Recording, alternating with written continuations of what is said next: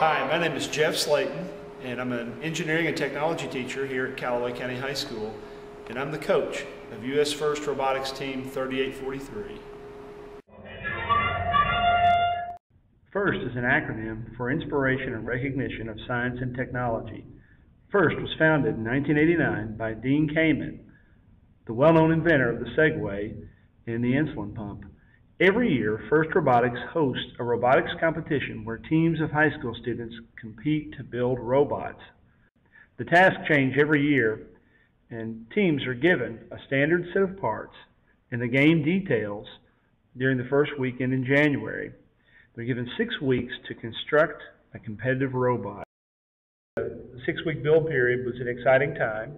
In the beginning, we opened up our kit of parts and everyone was excited and taking time to learn about what some of the components in the kit did. We knew early on, at least by the end of the second week, we needed to show some progress. Spent a lot of time online, downloading updates and searching for current information. We immediately knew that we had to break our groups of students up into teams. We had people that were a part of fabrication teams, part of programming teams, that try to break down aspects of the game in order to try to accomplish building the robot in the 6-week period. We had a team of students that worked on programming and communications with our onboard computer and with the software that came with it. We were excited whenever we put the robot in the crate for shipping. FIRST Robotics allows you to hold on to a small amount of your robot for testing during the time between the build period and the actual competition. The matches are broken up into 3 parts. The beginning is the autonomous period, where robots operate under pre-programmed conditions. 2, 1, go! Qualification match 36 of the Smoky Mountain Regionals underway. Team 79 and Team 24, each from each alliance, have scored in the autonomous mode and maneuver 2. And there they go. The second part is what students refer to as the teleoperated game, where they use joystick control to drive the robots to complete different tasks. Successful. And now we're on to the teleoperated mode of the game. Here come the game pieces. Here go the robots.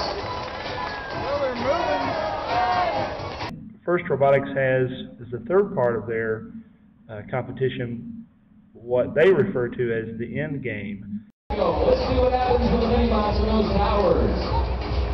7 white boys, up 4 times, hit 4 first. 18-24 scores the second time. 4 seconds left. 31-40 is almost to the tower. And that's the end of the match.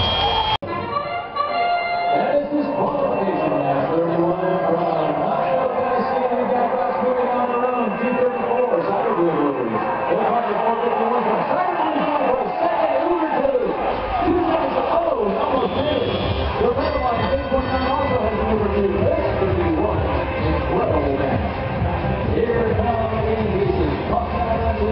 Being scored by the human player. 234 Cider Blues. Moves back over to the next place team. This is for the blue line. Knoxville at 829. Hit the coach. Tries to get a game piece up. And it falls off their claw. Cider Blues scores again for the blue lines. Here goes 379 to the red lines. Low pass. They deliver for the red lines. Cider Blues scores again. Here comes the 451, just about to place the other 2, both of the other 2, on the end zone. Still working on that one. They're successful. 8.9, the red line scores. Here comes 379 to the red lines, looking to place that triangle. Cider Blues, watch another game piece on the right. At the 1 minute mark, the blue lines is up 47-15 in this qualification match. 31 from Knoxville, Tennessee. Red Lions are still working their corner. 451 of the blue lines, and Cider Blues 234 are facing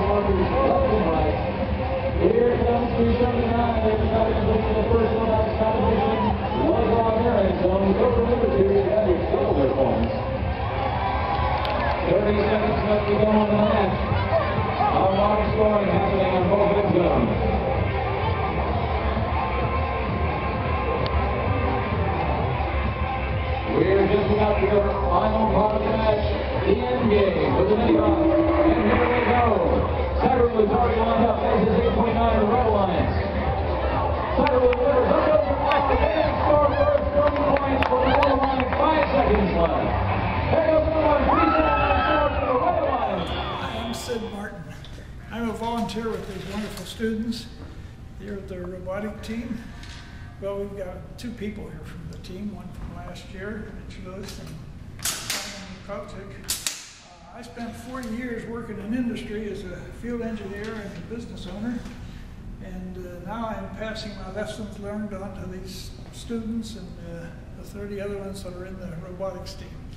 So Simon, how about tell us what we're going to do here? So last year, we entered this robot into the first robotics competition for 2011. And in that competition, we were given these inner tubes to place on a rack much like this one. And so they had to put these inner tubes on the racks in different spots. The higher you get up, the more points you earn. So this robot is designed to pick them up and put them up there.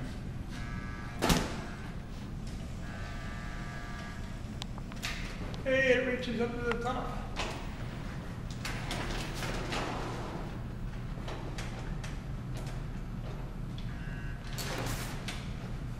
Yeah, I'm supposed to hold it. Very good.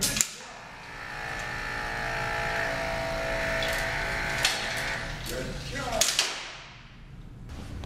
This is the C-Rio, which tells the rest of the robot what to do. It's the brain of the bot. And then that goes to sends signal to the sidecar, which tells the motor speed controllers how to move the motors. So these motors, this one right here and this one right here are the drive motors for the bot. And then there's another 2 other motor speed controllers that go up to some motors on the arm. One right here and another one right here. These are window motors, and they're connected to chains and belts that move the arm up and down for each segment of the arm. And on the back we have a pneumatic system for the gripper. So we have an air tank that stores the air, compressed air, and there's an air compressor right here which fills the tank up. Once the tank has air, it can send the air to some pressure regulators that ultimately send air pressure to this solenoid. And this solenoid alternates whether there's air pressure moving in this one or this one, this tube. And these tubes connect all the way around to the gripper, which either opens or closes depending on whether or not you send one to the top or the bottom. Working on the robots actually helped me through some of my engineering stuff, because right now I'm doing research on a jet engine up at the university, and they've actually got this exact layout with the C-Rio. It just has different inputs into it, and that's how they take all their data measurement. And basically, knowing how this works and knowing how to route everything out of it, I've been able to go in and a week and a half be able to go in and start talking to them and actually understand everything that's going on and be able to actually set up new equipment and take new measurements to, just help out with some of the seniors' graduate reports and take data onto the engine that people haven't been able to get before. Well, that's the kind of endorsement we're looking for, Cal, and otherwise known as Mitch. I keep knowing you as Cal, and you're known as Robotics as Mitch. Yep. But yeah, That's a good so funny endorsement.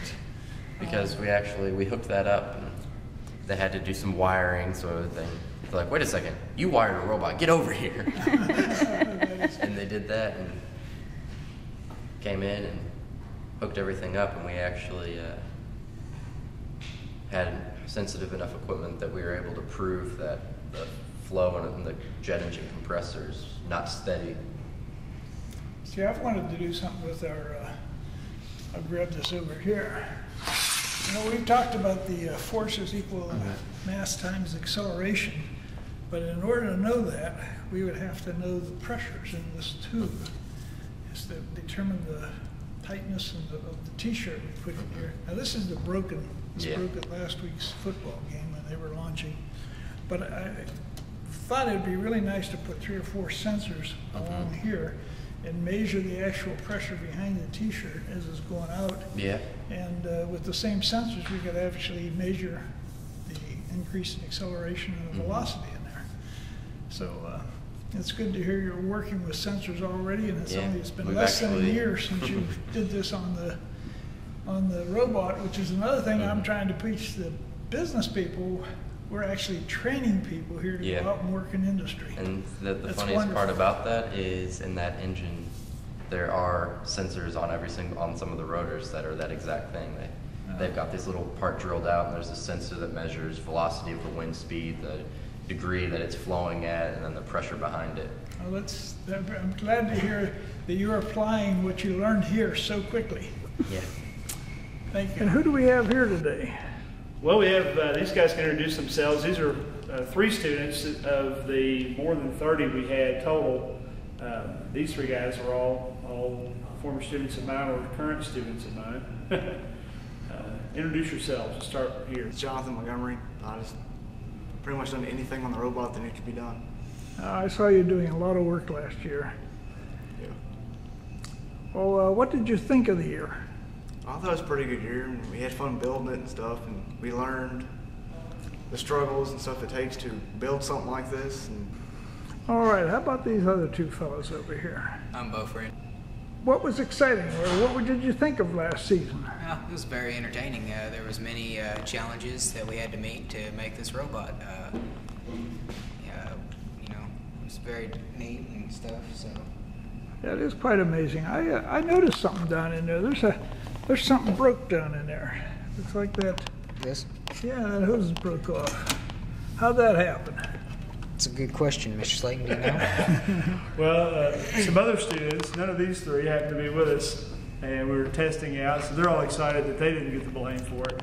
Actually, we all cheered as the crowd cheered when it popped, but that's the solenoid control valve that launches our t-shirt cannon. This is a device that was built by team members after the regular first robotics season.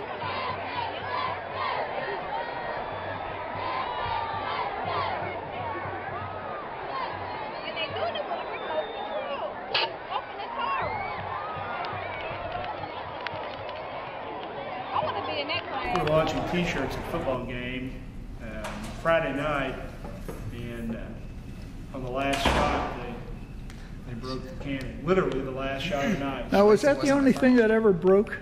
Did you ever have anything else? I mean, I remember at the competition. Ask John Lewis down there. What do you think, John? We had quite a few. My name's Jonathan Lewis. We had quite a few things break. Yes, I thought so too. And they were mighty expensive things that were broken.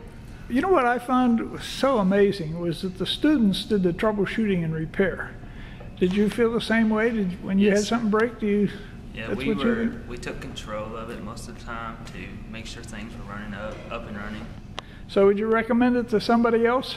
Another student coming along? You definitely would? Definitely. What about you, John? Okay. Well, these guys are all on board to do it again. They were all cornered me along the way. And I would have to say that throughout my experience with the robotics team, I've really learned a lot from Kevin King with programming. You see, he actually really helped me for C++ programming. I started learning it earlier, but once he showed me how to lay things out, I was actually able to program the robot and make it work. Thank you, sponsors and volunteers. And students, I love your attitudes.